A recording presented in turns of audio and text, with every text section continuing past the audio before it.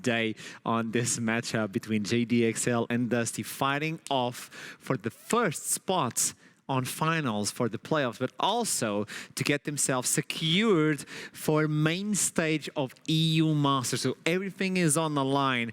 But you wanted to talk about something specific that we didn't bring up on the post-game, maybe on the pre-game. You were talking about it in the green room. What was the topic? Yeah, so I kept talking about this. I don't know what's happened to Dusty. They were a team to me that could play every style from early game to like bot side, top side, the most versatile team in the league. And all of a sudden, they're just drafting the exact same way every time. They just seem adamant that their identity is 3 scaling lanes with no agency and a scaling jungler. And I hate this playstyle. I don't think it fits with competitive play at the moment. I just don't think it's a viable way. I think it only wins if the enemy team don't know how to snowball. So I want Dusty to bring it back. But what I'm worried about is if XL keep denying this to Leah, do they not have a way to play early game? Right, because they keep banning it first rotation. And I'm just concerned that Dusty have to resort to, you know what, guys, we just have to scale now. I think one of the strange things for me is with the lack of priority around the Poppy, we talk about some of these picks, I'm surprised that none of these teams have pulled out something like a Xin Zhao, something that can have agency in the early game. It's interesting to me, even pre-buffs that we see even Dan reverting stuff to stuff like the Jarvan that you don't necessarily think is as strong on the patch. I'd imagine that I would like to see Xin Zhao play a little bit more of a stronger presence in this series. Some of these early game junglers, because I think everyone brings up a very important point. I think even in the draft, we talk about the Gnar, they keep defaulting back to it. It's not working. You need to go back to the drawing board in terms of you're allowing the counter picks to constantly come through with this priority on this Gnar. And imagine if Kryze had a real weapon, because he's completely concaving the skull of Kerberos right now. And now the mentality factor comes in for Kerberos in the entire team as well. 11 winning streak being completely stomped by the team that couldn't win a single game. How is the mentality for both teams? What do you reckon could be right now on JDXL and Dusty? I think what could be happening right now in call is Dusty saying, guys, let's go back to what worked before. I definitely think, because I've been in that position before, in that best of 5, where you think, you know what, guys, we tried this. Maybe it worked in scrims. It's not working now. Let's go back to, we're going to play proactive. We're going to play like what we showed in our presentation with invading jungle camps, doing stuff early game rather than just power farming, which, don't get me wrong, Linkers did a great job of, but it's just not the style I want to see from Dusty right now. So what do you want to see, Don Jake, on this? Like we did on the Telestrator. I want to see proactive players. I want to see stuff getting set up 4 minutes in advance, because it can't really be stressed enough. Both these teams are not performing to the highs that we've seen them previously perform to. And we're looking at this as a foretelling event for what is going to unfold as our main seeds for EU Masters. If they play like this against an LFL team, I'll tell you, I cast LFL on a regular basis. You are going to get absolutely Kerberos stomped. This is not going to be close against some of these teams. There you go. This is how they treat us. But also, what I'm listening from you guys is that Dusty needs to adapt, needs to reassure themselves and go back to the drawing board. What about JDXL? What can they do to be even better right now? You told me they're not playing at the maximum we've seen before. They're not. I feel like in this game, it's the second replay I set up here. They're not playing around camp timers, setting up plays with FGG. One of the main shifts that we keep bringing up is how that Venza now needs to play more neutral. He's not really the playmaker on this team right now. His utility is having to play weak side somewhat. FGG needs to roam. This game, I need to see them play more as that team unit. It can't come online. They can't come online as a team in the 30-minute mark, because if Dusty plays out early games better, then they won't get to that 30-minute mark to come online as a team. They need to push their leads, play around fog. This game was a perfect example. You had the Ahri, you had multiple angles to go from in the Rakan.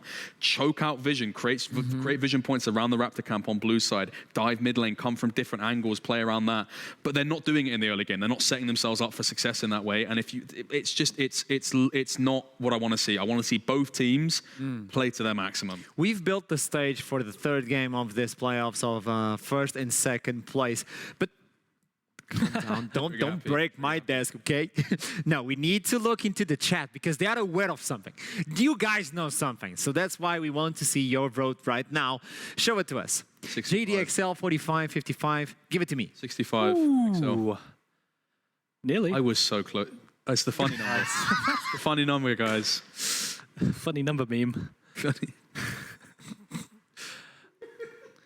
Personally, I think that XL has a... Give it to me! Give me the pick and bet right now. I was not expecting this. What? Okay, 69 in favor of JDXL, and Dusty are falling behind. I don't know, the chat is aware of something. I thought that XL had a 420% chance to win personally, but that's just me. Oh no, I don't even know anymore, you guys. Anyway, I think I love you, about the chat. shift I here. love you. Talia taken off the table again. One of the things that you set up was, do they have an answer early game wise? What is the jungler they default towards? I just think, okay, so like we talked about what we want out of XL to improve, but I just think we're going to see the same thing again. I think because they won, they're just going to draft in the exact same way, right? Like that's how teams approach things, right? If they lose, fix, yeah, exactly. If they lose, they blow everything up. If they win, they just keep going. You know what I mean? But that's like, it didn't work out for Dusty. We talk about the mentality shift, and one of the things that Artron brought up here. You almost feel as if one of the questions you ask going into game 2 is you hope that Dusty don't rest on their laurels. They did somewhat. They didn't. Yeah. They got complacent in the fact that they just about got by in that game 1. Now the momentum very much shifted back in the favor of XL. I want to see when we get some of these bans taken away. You'd expect that final ban to be the Zeri. We have had the exact same bans literally. every single 3 games in a row. Both teams are so confident in their Zeri game available. plan. Zeri B1 again, and I feel like you're enabling. You take away that Sivir, it's not negating the style that XL want to play. And they want to play these net neutral champions. If you give the Zeri as well, it's achieving a similar effect to the Sivir, even to a more so an extent. You enable the carry to be there. Tell me. And an interesting fun fact for the chat is that Venza actually has a 100% win rate on the Zeri. So they just keep giving it to him. Not that he's been a huge factor in this series, but he keeps winning with it. So He's getting away with it. Wait, nah, don't you dare do that. Nah, don't. Then I'm looking at you. Don't you do it. What are you doing right now? We got the Nautilus. Okay. We got. Now it makes sense. The Naut is still available. Yes, it's true. Yes, but, yes, it makes sense. is this game 2? is this actually a replay? Is this Is this a replay? This of is the- live? Is this live? No, because the only thing they've swapped is the Sivir. Chat, can you spam Kappa 123 so I can check if this is live or not? What are you doing, man? Okay, I'm just making the life of our mods complete. Sorry, Doku. Have a nice one. Moving into the third one. What was the third one? What was it? Was it the Gnar? Nah. It was the Gnar. You either pick the Gnar and I'm going away. Gnar or jungle. Like, Just like do I'm it. in- I feel Do like it. I'm in- Nah. I feel like I'm in Groundhog Day. Like, what's going on here? What do you mean? You need to shift. You need to adapt. you know how Improvise and become. What are you doing, Dusty? This is, I really don't, I think it has to be continually put. The Gnar is not working. It's not. Are they going to ban Jax here? Is this the solution? maybe. It has to. Maybe, but you know what's happening, right? You know what's actually happening is teams, you know how they prep draft? They just make loads of flowcharts, and they're just following the flowchart. The worst thing about this is I've set this up. I set Zen up as the person that has 40 draft plans for every series. You did. It's the same draft. Fans are the same second rotation. Wukong, this is a replay. It's 100% a replay. Production? No, we're. I'm getting. The future is now. It is not. It is not. It is not a replay. Is this going to be... Information. What was the ban he used? It was Camille and... Camille and No, Gangplank. So will they adapt the Gangplank ban into a Jax ban? Or will has to- he just it has say, to be. You know what? We're going again. You need to ban away the. It's not a replay. Okay, this is live. This is not a simulation. This is not a simulation. Thank you, Kerberos. We've descended into, this is the chaos timeline. We're going down a little bit. This is where the deviation starts. So there's no Jax. What do you pick against the Gnar? Gangplank. So the thing is, right, now you leave open another good answer into Gnar. You just hope Kryze isn't as proficient on Gangplank. But And he is. Gangplank is really good into Aphelios. They've discovered the champion. How good is Poppy top lane versus Gnar? Really not great. It's okay, Never but mind not then. great. Not good, not good. Right, so one of the things I wanted to highlight is we talked about it in the setup here, how this has been a champion that has entirely gone remiss throughout the series so far. In terms of enabling an early game start from Dusty, Xin Zhao would be a champion that I would be expecting to be seeing here. Thank our lucky stars that we're actually going to see it in this game. Gangplank as well. So Gangplank, really good into the Aphelios because he's so immobile. You just drop an ulti on his head, he can't do anything. But we really wanted early game proactivity. And finally, Linkus is saying, you know what, guys? I'm not going to power farm. I'm going to grab this game by... I will change my expression. I'm going to By the snowball horns. this game. Grab the game by the horns. Thank you. You can't milk those. And the draft on XL side is the exact same thing. Oh, I thought it was going to be the Ahri lock-in, but it's actually going to be the Silas lock-in. Oh, falling back into the Silas. So far, not a lot of success for Marksu, but it's still... You gotta win, so we don't know what to expect from this mid lane. The final pick for the boys, for the Dusty. You're going to need to see a mid lane. It's counter pick. I think interesting enough, you saw in the previous game, Backlund actually picked counter pick, but then unfortunately descended into a bit of a unfortunate, tragic series of events. Be interested to see what he wants to pick into the Sylas. We know what he favors into the Ahri, but in terms of his favorite champion, it's going to be the Akali from game So one. Yeah, we're seeing Akali all over the world being picked into the Sylas. That's why she's rising prime. Same into the Gwen. I was thinking potentially the Azir, but I don't think Backlund plays it.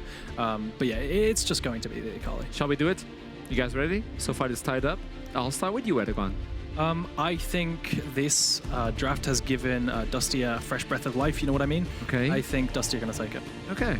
What about you, then Jake? You can go for the Sam, don't worry. Listen, Okay, there's the poem. funny number chat, guys. I'm a big fan. You know, I'm a man of the people, Ultram. I think XL are going to take it. I do prefer Dusty's draft, and I feel like this draft is going to set them up in a way that we haven't seen in the split, in the series so far. But XL, I think they've got our hands on this now, and whether or not they can really get to grips with it, we're going to have to see. But I'm XL all the way. I have to give it to you as well. I mean, I like the logic, the analytics, but it's a funny number. So that's why we're going to toss it to the third game with Initialize in trouble. You ready to go? Nice. Yes, we are. Because I was writing. I wasn't ready to go. Okay, well, I was writing too because I wrote series on our hands. You guys don't want to know what I guessed. Okay, one of the She games... literally looked at me and said very inappropriate things. She thought that's what I would do on broadcast, just write random, I like, also inappropriate guessed sentences. Certus. Yes. Yes, that's Okay, not well, inappropriate. yeah, exactly. You know what was really important in this series? The mid laner of SK in the Yes. NLC. Of course. Give it to me. You can't take my hand. Did you put any cleaning there? I've now just got like an S on my hand, which I suppose is the how good I am as a caster. S rank. There you go. Bit of ego. You know, it could be a funny thing, like BDS. You're trying to guess always what their initials stand for. I'm done. Moving on here. Back to this game.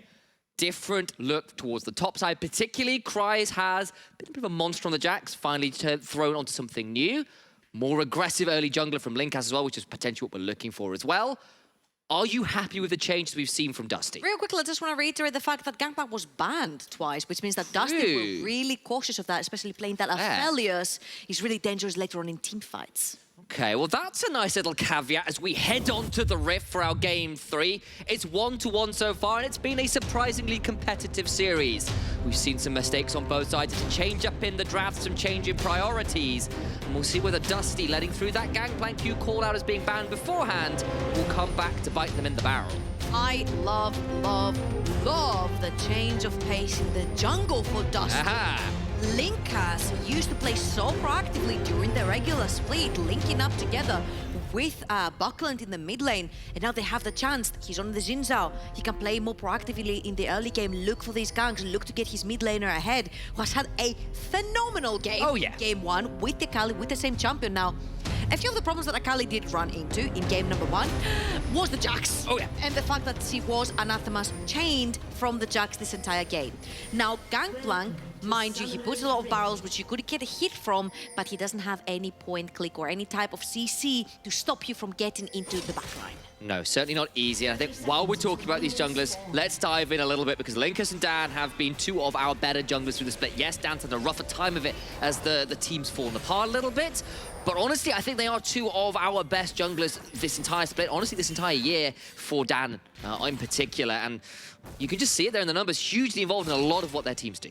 Absolutely, and as you can see, the damage per minute goes towards a set of Linkas because Linkas has gravitated towards more of the Graves that you've seen, the Dianas, yeah. of course, the Karthus is more damage-oriented champions rather than Dan, has fallen back to what is his best meta, which is the facilitators, the gankers, the guys that do start and end team fights, right? Kill participation, of course, goes mostly for Linkas because we've mentioned that mid-jungle duo for Dusty does most of the work, whilst let's not forget that when MNS was over in JDXL... Not a solo queue. A lot of solo queue, so it does take down a bunch of exactly. Like when people are winning their lanes in their 1v1s without you, jungler's life's a lot easier, but that kill participation number is a little bit misleading. It screws up with your numbers, exactly. man. Yeah, so like, don't take that as Dan not being involved. He is. It was just there was other stuff going on. We'll have to keep an eye on it as this game goes on. Very aggro early junglers. Real quickly, as we're looking at the mid lane again, I'd like to have a look at this matchup yet again, because Backlund had Roscoe's number in the first game by far. He was ahead in CS, he was ahead in trades. Every time he was looking from Roscoe in the side lanes, trying to kill him, trying to take his summoners. Now, of course, from Roscoe, game 2 was his first W in the NLC, his first win ever in the NLC, which is massive for two things. Morale boost, but also knowing that his team can rely on him to win the game once the resources have been put into his champion. Right now, with a champion that can create a lot of engages and disengages, Silas with Zinza ult is huge, and Silas with Gnar ult, with Sten's North. Well, they're all good ults, really. Yeah. I mean, probably the Aphelios is the worst one, but even then, it's not awful, right? Like, that's 4 fantastic ones and 1 decent one. You're feeling pretty okay there as a Silas. And, you know, serious praise to the XL mid jungle, who made those early plays in the mid lane so effective. Honestly, we were both very nervous when they made that happen. But my question becomes, can they do it again? Can they make this a series winning thing? Because we said they had a lot of room to get growing as they were heading into this series, and thus far pretty good as Sten misses that dredge line, but dodges the grand entrance, so managing to just about dance his way out of danger there. And honestly, talking about replicating this, you see that Buckland has to respect. Obviously, the wave is pushing towards him, so he will be able to catch up, as FTG has taken a bunch of hurt in this particular trade, but Dan has wrapped around, and he has his sights on Buckland. Backlund quickly Shuriken flips away, but you can see Backlund being forced into a difficult position, staying away from the wave. Of course, it will push into him, so still gets access, but... Now, I think the most important thing for Dusty is shutting down Buckland in the mid lane. A lot of the times you're like, shut down Kerberos, shut down Kerberos, shut down Kerberos. But Kerberos' best performances has been on his favorite niche champions, namely the Narcissus, the Dariuses. He's getting tower dived. It's still, again, on a champion that was supposed to be hard. The turret dive and the flash will not matter. First blood to Cries. And once again, Curb on this Gnar, getting a little bit manhandled, cannot escape like he did in game 1. Loses his flash earlier on. I was actually having a chat with Genax and I was like, what's happening between the Gnar and the Gangplank matchup? Like, who wins? Because I've seen a lot of Gnars in the NLC bullying the Gangplanks underneath the towers. We've seen Gnars 20 to 15 CS up in laning phase. And he told me that has to do with the quality of the Gangplank. It doesn't have to do with the Gnar. The better the Gangplank you are, the more bullying you're gonna put down on the Gnar, because Gangplank has the earlier matchup into the Gnar, and of course you scale hard into that late game as well. So Cries here is one of the best Gangplanks that we have over in the NLC. That pick was banned back-to-back in games 1 and 2, and right now with that early kill, has the sheen. He's gonna be able to bully Kerberos away. We need to see if Linkus will be able to actually assist Kerberos on the top side of the map. Can you parlay your way to victory before Gnar, of course, with his passive gets that? You know what? Range? You know what? Can you win the barrel mini game? What? Yar. Okay, let's go on. You know what? I'll leave. You're gonna walk the plank, and you're gonna like it. I'll leave for that disappointment in your face, man. I'm the one who makes the puns. What is this? Between you and Nymera, I'm surrounded by color casters that enjoy truly awful puns. And they've got Guldborg, whose best joke is who asked. Like that's literally it. I'm not English, so I'm all about bad puns. Okay, that's it. I mean, there are a lot to go for. Yeah. Yeah. At least I'm not doing the who asked. Yeah, I mean that's literally all Or Guldborg have you has. seen these? He's not hidden. We all know the continuation of that. Unfortunately, so. Yeah. That's Guldborg in a nutshell. Sadly so. Like, if you wanted to know what Guldborg's like behind the scenes, it's literally that. And he giggles to himself. He just sort of sits there and is very pleased. It's wonderful. What is also wonderful, though, is, of course, League of Legends here in the NLC, and I'll drag us swiftly away from the incredible tangent we were on to sort of see how this game is going on. Because, of course, the first blood did go towards the top jungle, the veterans of XL. Dan has changed up the playstyle here. He's gone back to early gankers. He's making the Jarvan work. Now 2 games in a row, but Den Voxnay and crew have teamed up with Linkus here to get an early dragon, though. And that could be another win condition here. Yeah, and honestly, I would love to keep a track of Linkus' early game proactivity right here, because he's on a... Oh, Moscow might be in a little bit of trouble here. Sten has roamed all the way to that mid lane, but I'd like to keep a track on Linkus here, on a much more proactive early game jungler. Hasn't necessarily done much. He's like on the same trajectory as he was in games 1 and 2. He's looking for that level 6. He's looking for the team fights. I'm actually starting to get honestly worried right here for Dusty, because Dusty used to be one of the more proactive teams that we had in the early game. Yes, their bot lane would be weak side, but they would play a lot around the Linkus and Backland duo, and they would make plays in the early game. Now it is actually JDXL with the hand on the trigger every single game, and that makes it a little bit dangerous. Yes, it puts it as a double-edged sword towards XL. You make a wrong move, you get instantly punished. Sure. But also, if you're just gonna wait for the game to be on your side, on your items, on your terms, you might wait forever and never get your chance. We've seen how that can be punished. Like, think to some of the better NA teams of all time. Team Liquid at their best, we're often really good at punishing other people's mistakes, but you hit a particular level, you go to EU Masters and these teams aren't giving you those openings, you can end up in a tricky position. Of course, game one, let's give some credit, that Graves took over the map, like, ran over, stormed, like, stole every camp available, and it was off some miracle team fights they came back into the game to JDXL. But the last 2 games, the Jarvan's been very proactive, and Linkers has been a little behind the play. Of course, still very early on, still got the early dragon, so things still very playable.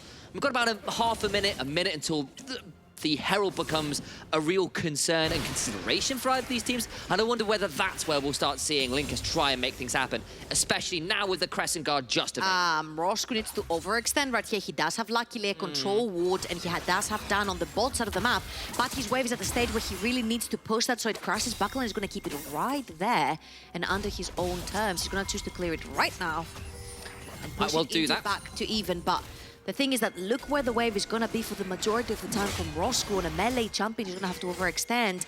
Dusty have been pulling Everyone's all here. of their guns towards the top side of the map to try and contest for the Rift Trail and take it for themselves. And unfortunately for JDXL, they're way too late. You see that their 2 carries, Venzer and Roscoe, are coming all the way from base. They might still look to fight. They do have Cries, level 7. Sten lands the Dreadzone, but can't get too much more down, but it's just keeping people zoned. Herald goes down, but what about the turnaround? Where is the Cataclysm? Where the turnaround? Moonlight Vigil onto 3. That'll be a potential turnaround from Venzer's Backlund. Taken so low, he's in a cannon barrage. Has to flash on out. Roscoe goes in. Venzer on the side, but look at Voxnay. Crescendum Severum onslaughts through the ball. That's a kill back. But what about Roscoe? He has to try and get out of here. Lingas dive forward with an audacious charge. A double to Den Voxnay. They get the Herald, and Dusty wipe that fight. And we said JDXL were late to the play. Look at topside. Cries has half HP, half mana. Only done an FTG out there, and FTG does not have level 6, which is one of the most important spells on the Rakan. Really good engage, and the Cannon Barrage stops then Voxnay and Linkers from getting in. But look at Venzer. Venzer overextends, trying to greedily get the kill on Buckland, and then Voxnay with a last-second heal saves his mid lane and puts Venzer in a position where he can't get out alive from. JDXL will lose that Rift Herald, will lose 2 of their lives. Double kill going to the Aphelios, and a bunch of the summoner spells have gone away as well. I'm looking again at Linkers to see how proactive he can be right now to try and take even more away from JDXL. Absolutely, and serious credit to Voxnay. He gets the Crescendo ult off and does not drop the Shurikens. Everyone dives in, he's already warned it, but he just gets more as it goes on. Yep. And you know, that's always the danger, right? You don't murder the Aphelios, you don't let those Shurikens time out. You see that kind of damages. Root onto Venzer into the depth charge, and he'll go over the wall.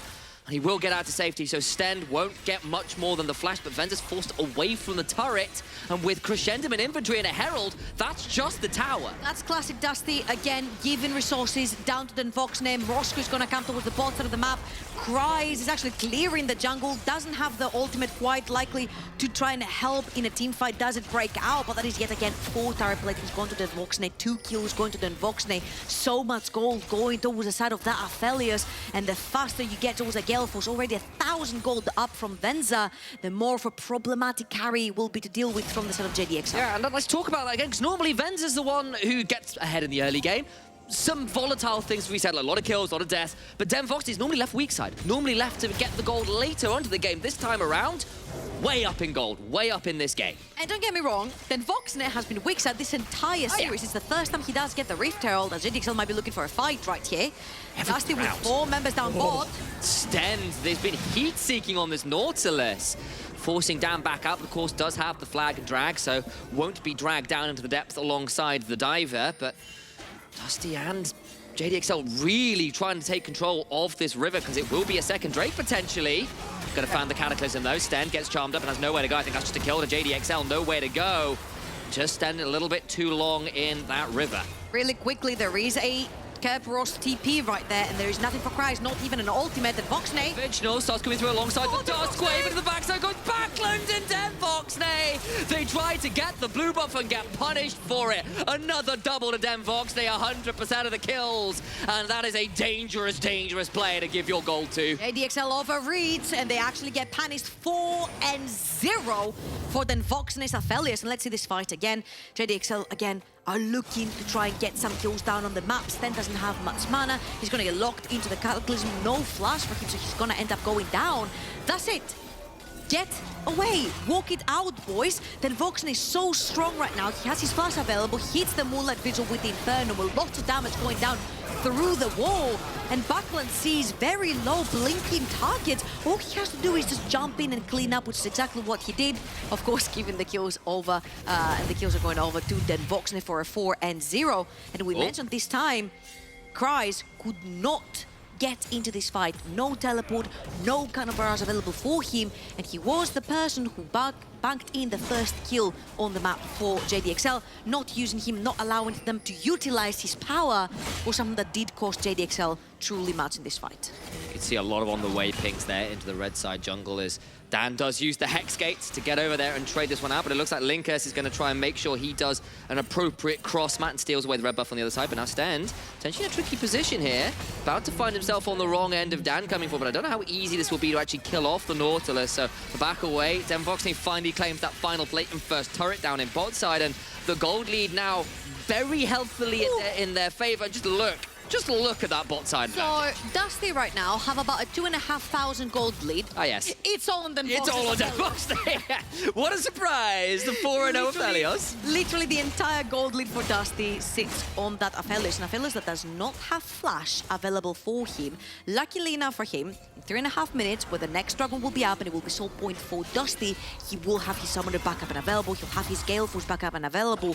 And this time, Roscoe, the man of the hour in the previous game, he's not on Ari, he's not on a champion that can very easily find that backline. He needs to find the flank, he needs to find the correct ultimates in the fight to try and reach Den Voxen and dive into the backline, get together with Dan and the barrels and ultimates from Cries to try and find Den Voxen. And while all this is going on, you somehow need to contain Buckland's Akali as well. So I feel like there's a lot of threats on the side of Dusty and not a lot of water on the side of JDXL to extinguish the fires.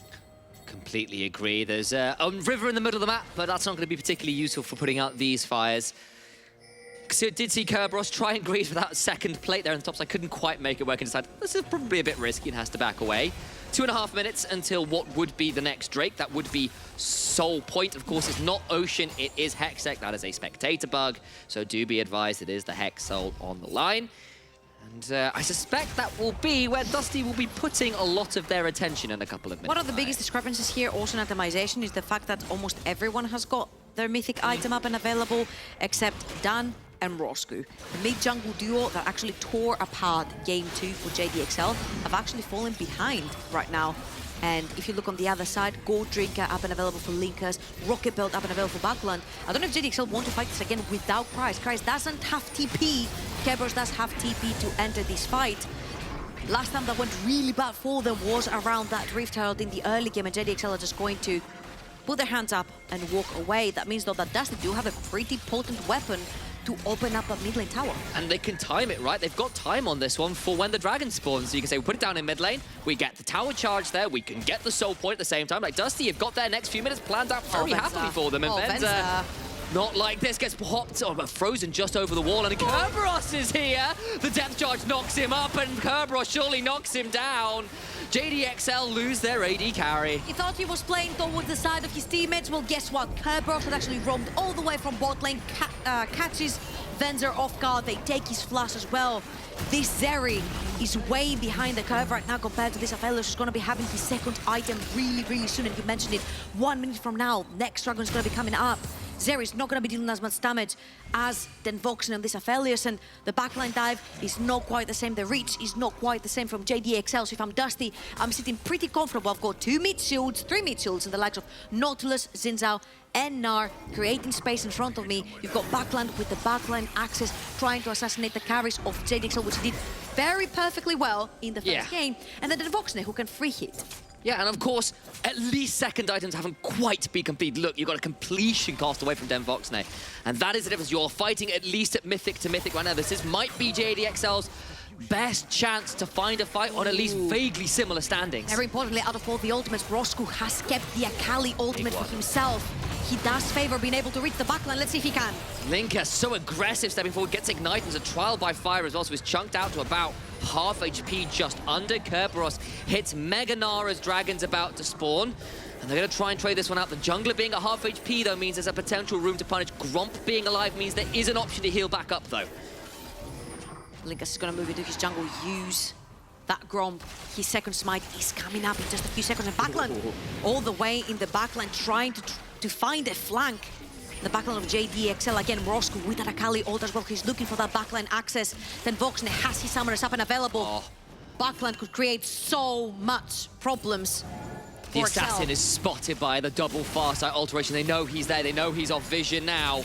Can they stop him, though? Dragon down to 2,000 HP. Hold on to your hats, ladies and gentlemen. We're about to see a bit of a fight. Backlund goes into the back. Dragon secure. Cannon Barrage comes down. Moonlight Vigil just short. Means they're not going to lose anybody quite yet. Kryze has to flash away from Roach with the perfect execution. Still has to flash. Backlund uses the second part of that R to try and get on the Dan, who flags and drags away. And JDXL get out with no members lost. But they do not get the dragon, and Dusty gets soul points. That was the most important thing. They needed to break that dragon streak from Dusty because they're going to be falling further and further away. You see the fact that the backline was wrapped around trying to find a flank.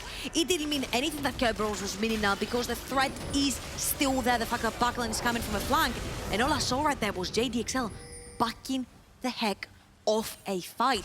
Every single one of them flashed defensively, even though the Moonlight Vigil did not find the mark. You see that Dusty, all they need to do is just get the soul, which is another hex deck, same as game one. Try to use that to get a pick, go Baron, end game. They've got the better front to back this time. And like, that was the point when there wasn't the second item completions. Literally after that, then Voxne goes back and gets the Bloodthirster. Now that item scrap is going to stay there, and it's going to be even harder. You've got 4 minutes, just under, for the souls available. And Hex Soul on this team, it's going to be brutal to keep your distance. Yeah. I was about to say, if I'm this Zeri 2 levels down to the Akali, I don't know how close to the Akali I would be playing. No, I know. As you see, backline is trying again to find a way to cut off Venza from these fights, and he's been doing it spectacularly. Something that I'm really missing from this game for JDXL, something that we've been highlighting, is Kryze.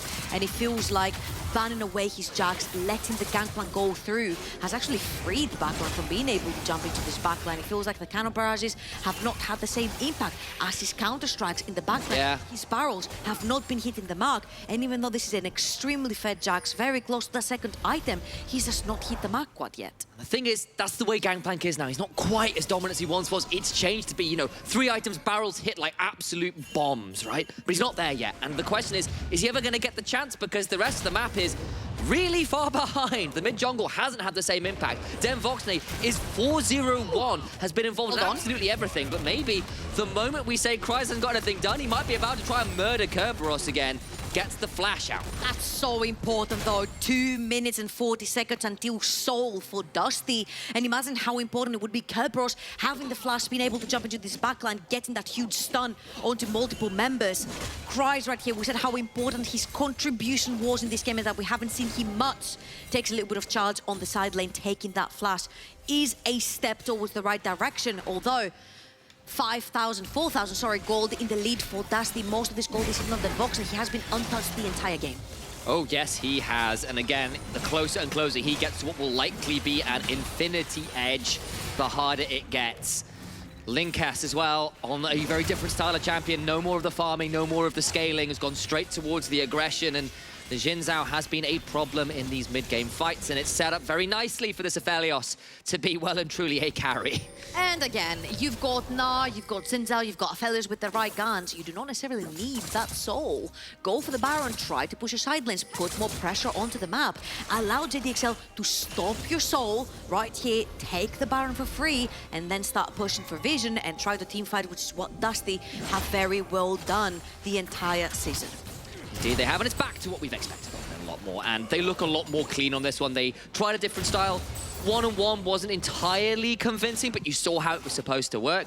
They go back to this style, and honestly, this game, outside of the initial kill, topside has felt pretty in command for Dusty. I think the biggest problem right here is that the mid lane play was not successful from the side of JDXL. One of the big factors of their win in game 2 was shutting down Backland.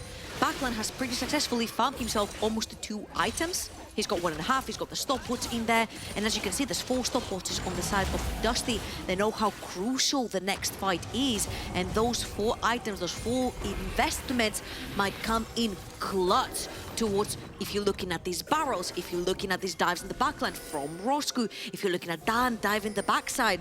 4 investment items for Dusty could save them this team fight, which means if they get the dragon, they win the game. Kryze has decided to change his career, though. He's gone to be a taxman because the collector is complete, and that might be a very necessary item coming into this button. What's Backland vision will not quite go forwards. Gets the Shuriken flip onto Kryze, who has to run away very quickly, but not found too much more. Fighting for vision control now. Kerberos nearly at Mega as well, charging that rage bar up, and they're both looking for a flank. This is the exact same type of fight JDXL had to flash from in the previous time. Add insult to injury. Kerberos does have Mega now right here, doesn't have his flash available. The turnaround though, that's the Cataclysm. What about the turnaround trying to heal up? That's the dead of Velios! They've killed him off, it's a 1-for-1. Then goes the Kerberos, who kills off Kryze. 1-for-1 right now. Dragon though, likely to be JDXL's. They have to retreat to Dusty. They stave off the soul. I have given so much I'm not gonna say the word, to Venza for a bunch of his level 3 plays. Right here, he's been deprived of gold experience items. Keep your eyes on that, Zeri, because we said, how in the world do you kill this Aphelios? You jump over the wall, you flash ult in, and you play the assassin yourself. Major props to the JDXL AD carry to follow the engage, jump over the wall, jump onto the Voxney, and cash in on the shutdown as well. Really good stuff for JDXL, finding the angle right there onto the Dusty AD carry. Again, this is one fight found, and the kill did go over to Mrosku, sorry, it didn't go over to Venza, which means that this Silas has gotten a little bit tankier now, having that Hourglass, being able to dive a little bit deeper, but again, Dusty with the better front to back. The only unfortunate thing for JDXL is that they have to replicate something that was under a bunch of conditions to happen again. And then Voxney does have his flash available for the next fight to come. There's 3 stopwatches as well, 1 in the mid, jungle, and AD carry positions for Dusty, which makes it a lot harder to make that wombo combo trap work. Burn a lot of your own abilities to do so. With those flashes down, Dusty can look to punish. Linkus looking for an angle around the back here. FGG, Mrosku, Dan are the 3 members. There are no towers where JDXL are going and Dusty wrapping around. Stend has the ultimate, may use it here. Gets the dredge line. Mrosku has to go golden, but remember, he's the one with the kills. He's the one with the potential shutdowns. They don't go any further, though. They don't feel comfortable doing it. They don't have to necessarily, because you see Kryze moving towards the top side of the map, trying to cover for his team. What does that mean? Kerberos gets free time with the tower. Now, talking about free time with the tower, his flash is just about to come up because Kryze took his last time around where they had a 1v1. So he needs to respect the fact that Kryze is coming back to lane. But nevertheless, the fact that Kryze had to hover towards the top side of the map, the fact that there was a potential fight breaking out and Kryze had to walk towards there, Kerberos took that sweet time and chunked that tower down.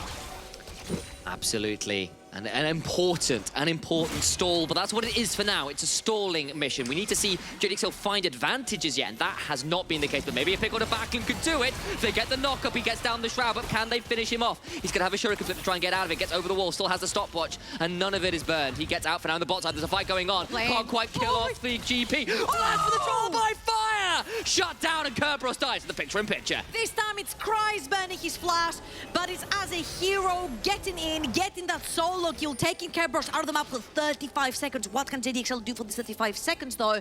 Because it is the timer where they reset. They all go back to base, so Dusty do not have to worry. If anything, they're actually walking into the Baron pit. They're going to start the Baron. I don't know if there's any wards that can actually see what's happening. Kryze does have to be if he wants to join. The rest of the map is on the bot side.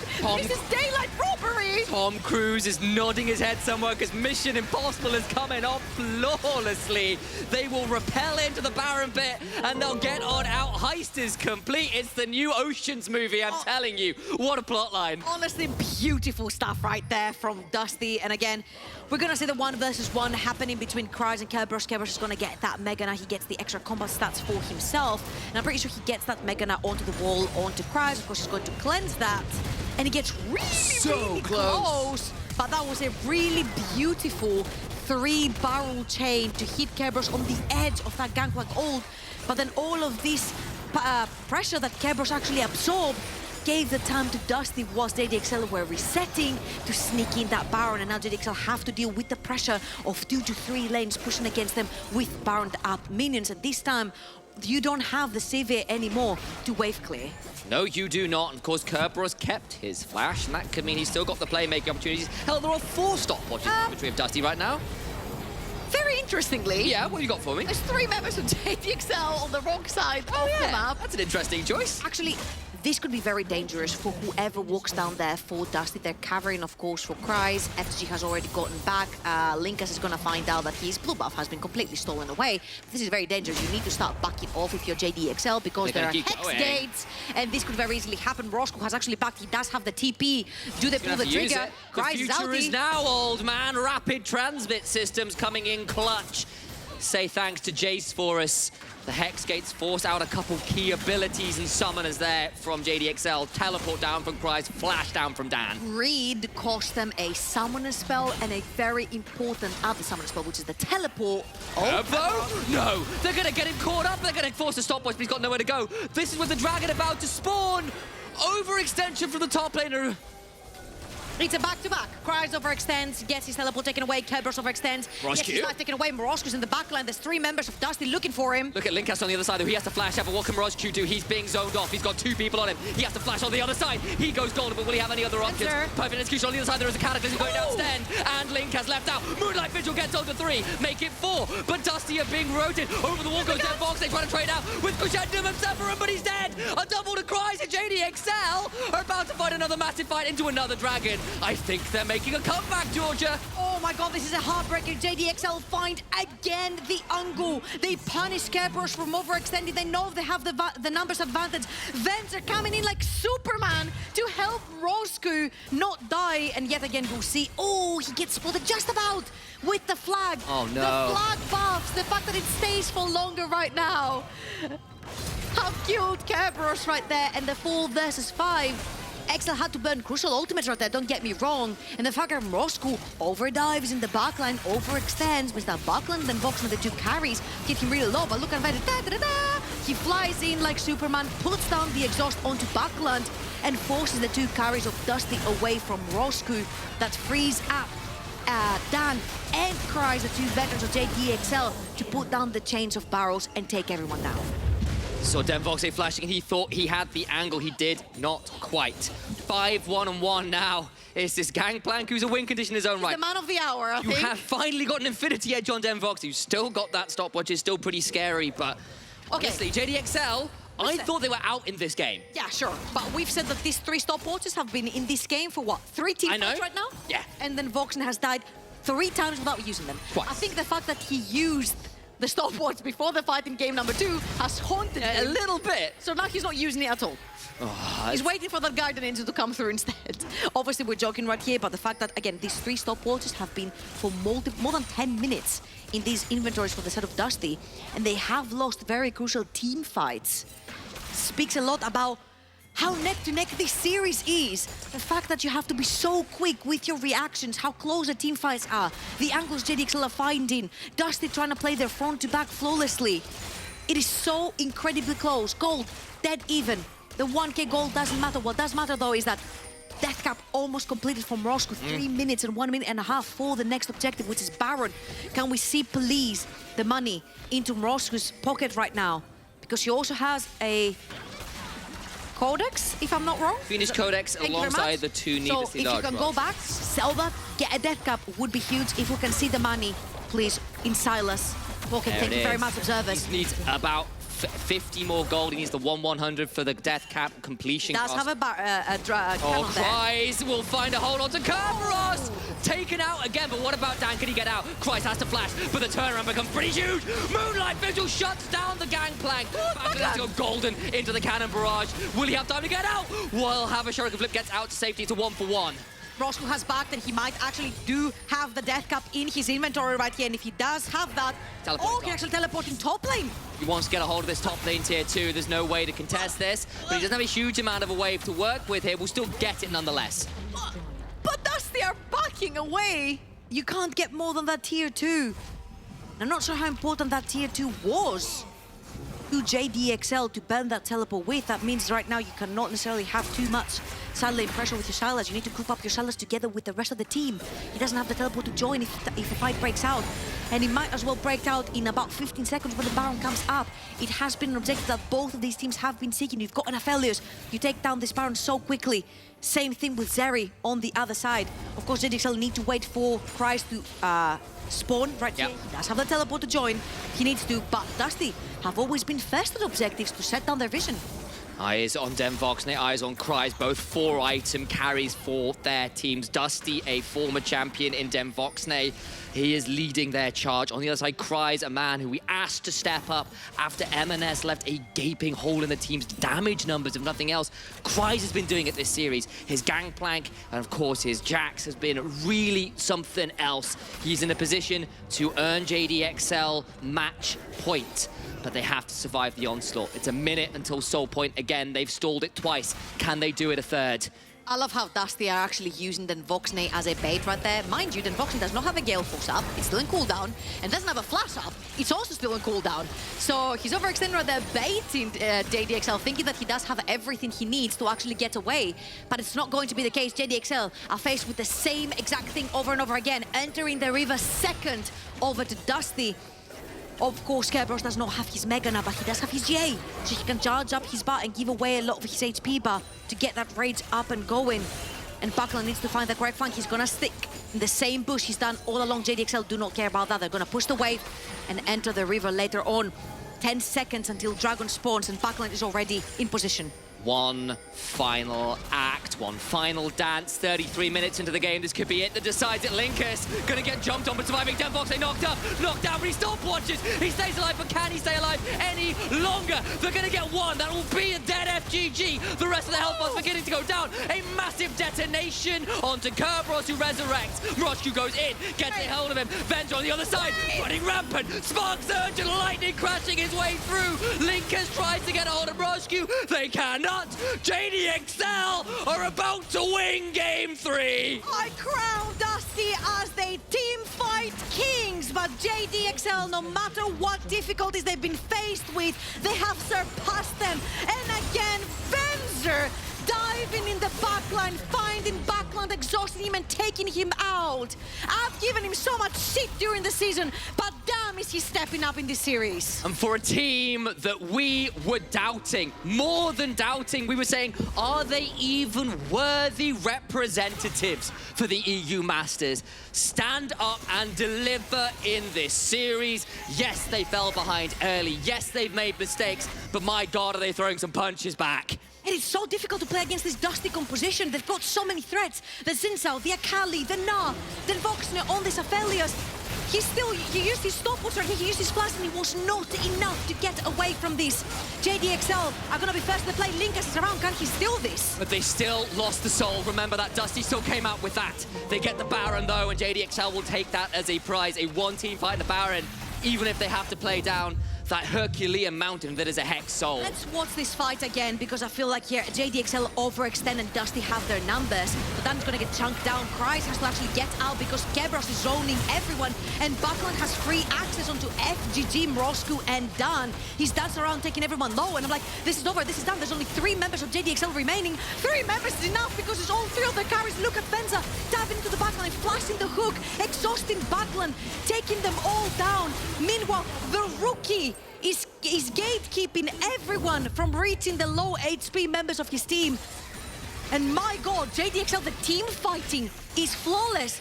They said they needed 1 month, 1 week, and they look pretty damn good. So there were 3 members in that team fight that were 1 auto away from falling. Yeah, exactly. JDXL, they were that close to having an Aphelios wipe them off the face of Summoner's Rift. But they hold on, they get Baron, and they need to make something of it now, because otherwise they're still facing down a comp with a Hex Soul and a lot of items on some very scary members. I need to see some more out of Backland. This Akali hasn't made enough work yet either. Now, mind you, that was the tower where they were at right now, where they threw their Baron in game number 2. So they're gonna back off right now. They've pushed in top wave, they've pushed in bot wave, they're pushing in the mid wave with Venza as well. I think what both teams need right here to actually seal the deal is a team fight. Right now, death timers are pretty high. You manage to kill your opponent, you can actually brute force your way into the base. And Aphelios, Azeri will take down towers so quickly if they have a front line, and there's plenty of front line left on both of the sides. So next objective is going to be in 3 minutes, that Elder Dragon respawning, sorry, on the map for the very first time in this game, and I think both teams are going to be looking at it. But JDXL have not been very slow on the map. They've actually been looking constantly for fights. We need to keep in mind, though, that the Soul, Hextech Soul, went over to Dusty. Indeed. You get hit by an auto attack, you get slowed, you could get picked on by something like Buckland's Akali, which hasn't been as shiny as game number 1. All he needs, though, is one team fight to end it all. One team fight, the 3 items compared to the 4 and a bit from Roscuse, having a great Silas game at this point as the game's gone on, but it's now a full item build, and Voxnay with a GA complete. He as well, if he can stay alive, can absolutely win this game. Backland does get a Hex slow there with the Proto Belt. Arrows go wide, and my God, his Cry is in a similar position to the Aphelios right now as well. And it is this tier 2 in bot lane that is the next part of call for JDXL. Dash is actually pretty and got in, that's going to run after, there is no waiting, no turnaround, the GA comes through, and JDXL, the middle, are trying to turn it around. What can they get done? Absolutely everything! In goes Backland, but he just doesn't have the damage.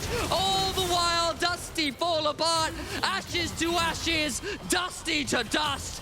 JDXL to 2-1. From 20% favor to 45% favor to 69% favor to 20% favor probably for the next game. JDXL defy all odds and take lead in the series over Dusty 2-1. What an extraordinary game. They come back from so far behind. They come back from so point. And they set themselves up for a potential finals appearance with one more win. I thought we were setting up for a 3-0 over Dusty. We all were. The way they left the main split, they looked so freaking strong. And right now, I think inactivity is really hurting them. I think we might be able to see a Jarvan ban or a Jarvan takeaway from the side of Dusty, or even change over to blue side and take the Zeri. Even though the Voxen has been incredible on that Aphelios, the way Venture has been finding his way over, diving over walls, hopping, skipping, jumping about, exhausting his members, being so mobile, has given JDXL a lot of these fights. It really has, but that'll be enough from us for now. We're on to series point. Desk, not who we expected, huh? Hang on. Okay, there you go. Of all the things to say today, I didn't expect to say match point for JDXL versus Dusty on the first versus second seed of regular split. Gentlemen, welcome back. How are you feeling? I'm feeling good, baby. I'm feeling good. It's a good time to be alive. It's a good time to be a JDXL fan. You win in prediction war. You win in prediction war. I'm like the chat, by the way. Chat has been 100% correct. And let's talk about someone that chat's behind. Morozku, this guy's a fan favorite. This guy's a hyped up player. I remember looking at this guy when he was on the team he was on in the Ultra League. It was a young rookie roster that played very solo queue style. He was playing as Yasuo, he was playing as Yones, he was playing these hyper assassins. He was a really exciting player to watch. I was somewhat disappointed to see him in a sub position on JDXL. I wanted to see more of him as he develops into a growing talent. He's a real player to keep an eye on for the oncoming years because of how young he is, how much he's developed. For him to be thrust into the position, you might think, oh, unlucky. It's going to be, stifle his development. He's not able. He's almost being put up to the pale a bit too soon. But he's had a rough start to being put into this team. But man, what an individual performance on the Silas. I was actually not enjoying massively that they've reverted back to the Silas. I thought it's not going to work. You've got the Akali counter pick. You see it getting picked constantly. Pick the Ahri. See what works. He's proven why they've got so much priority on that champion for him. He really just played out of his mind. So far, JDXL today got more victories than in the previous 4 weeks, I guess. Yeah. So that's saying a lot. And we'll divert to the top lane, because I remember something on the green room where GP is not capable of getting the same push as Jax is. And all of a sudden, I was told, nah, the game is done. The game is done. I was like, I'm not sure. Aragon. Yeah, I mean, look, okay, I was wrong. I'll be the first to admit I was wrong. But I didn't say it was you. You were protected by an... It's okay, it's okay. I'll gladly admit it. I don't know anything about top lane. You know it wasn't me. One of the most underrated things people don't talk about when it comes to Gangplank is how hard he is to execute compared to another counter pick, right? So I think the Jack counterpick was really good, especially in like ERL level. I think it's really easy to press Q and jump on someone's face as Jax, right, in Counter-Strike. Whereas with Gangplank, you have really high-level barrel combos you need to do pull off consistently, whilst other really high-level players are contesting those barrels, right? Now, I don't want to take away from Kryze, but I do think Curb is being a bit odd with his gameplay. I don't know what's going on. I feel like he has gone from having strokes of absolute genius in the regular split to streaks of absolute death and torment throughout this series. I feel like he's really dropping the ball throughout this series. And, you know, I'm not someone that likes to harp on, but I feel like he really needs to wake up in this next game because he is going to be a point of pressure. Dusty were having a lead at the beginning of the game, but all of a sudden it got turned around. How did it happen and where did it happen? So, in my opinion, it actually happened was this the 4th Dragon fight? Yes, it was the 4th Dragon fight. I don't know what happened. I think Dan got a really amazing engage like this, yeah, and pressure point. And this is the power. I wanted to talk about this in the draft, right? The counterpoint to Gangplank not being easy to carry with is the fact that he can just drop an ult on someone. And that is the Jarvan ulted immobile AD carry Aphelios. There's no counterplay to it. Aphelios just gets shredded by a 10,000 damage Gangplank ulti, and there's no way out of that pit. That was the beginning of the return from JDXL. What else did we got in store? Don Jake. You know, what is dead may never die, and they rose from the dead immediately this game. You thought JDXL, they're done in this series. They haven't got the legs, they haven't got the ability to swim, and they're going to drown. But eventually they managed to find their way up here. We look at the next replay here. We talked about that being the turning point in this game. From that point onwards, they continued to kind of barrel themselves with the Gangplank forward in their momentum here. You look at this play here. This is where it really all started. You look at the side here. It's Kerberos again getting caught out here, unfortunately. He comes out of stasis here. He burns pretty much everything. He burns the stopwatch, burns the flash, gets caught out, and this stops the momentum. We see Dusty don't manage to get the soul here. It's what happened in the previous game that they lost. They didn't get that soul. They're getting caught around these major objectives. Yeah, so it's definitely their setup, right? Their setup for neutral objectives is just really bizarre. They just need to win one more fight. All Curb has to do is go stack up Mega Gnar somewhere and then walk with his team and secure it because they're so much stronger. But what this does is this buys time for JDXL to carry on scaling, get Venza and his 100% win rate Zeri up to full 6 items. The same with Gangplank, the same with Silas, and then eventually outscale Dusty. And then we get to see them executing their composition when they're fully awake on the almost the last fight of the game, where we finally get to see JDXL at full momentum on the late game. Got me through this one.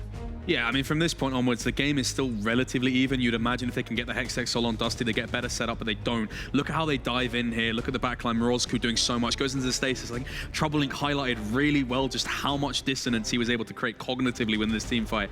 And Dusty don't really have a response from this point onwards. They do get the dragon, but the game ends by Morozku's hands. He takes it into his hands. The Gauntlet Infinity is within his hands, and he Thanos snaps Dusty out of this game. And we keep highlighting at the beginning of the show that not only Vincent has the most amount of kills, but also the most amount of deaths on this matchup. And he kills a lot. Perfectly balanced, as all things should be. Yeah. Go back to the meme. That's the thing with Zeri, right? The thing with Zeri is you have to kill her when you initially engage. Otherwise, if you run out of spells, she will run down your entire team comp because she is a champion, does not run out of gas, and she outspeeds everyone. So if you mess up that engage, if she doesn't die, you saw Gnar not quite killing her off, she gets to run down everyone. That's what happened. That's where the electricity goes in. So my question before we jump into what could possibly be the last game of this matchup, what needs to change? Ban Zeri, stop picking Gnar. Good point. Eragon. I guess I'll elaborate on that. I actually don't think Zeri needs to be banned because I don't think she was a problem in that game. I actually think the problem was Dusty themselves. So honestly, how do you ban yourself? In a way, I wish I could just say play better, Dusty, but I will say I think the best change they can do is, for mentality's sake, I think they could take Kerberos off of Gnar to give him a mental reset. When you play a new champion, you start thinking again. You know, you start thinking about your combos, your new spells, your new role in the team. Put him on something weak side, like Sejuani. He's been playing a ton of Sejuani in solo queue, you know? Stop the Gnar matchups. His confidence might be down. You know, refresh it all. So let's refresh our memories and our eyelids as well, because we approached the players so we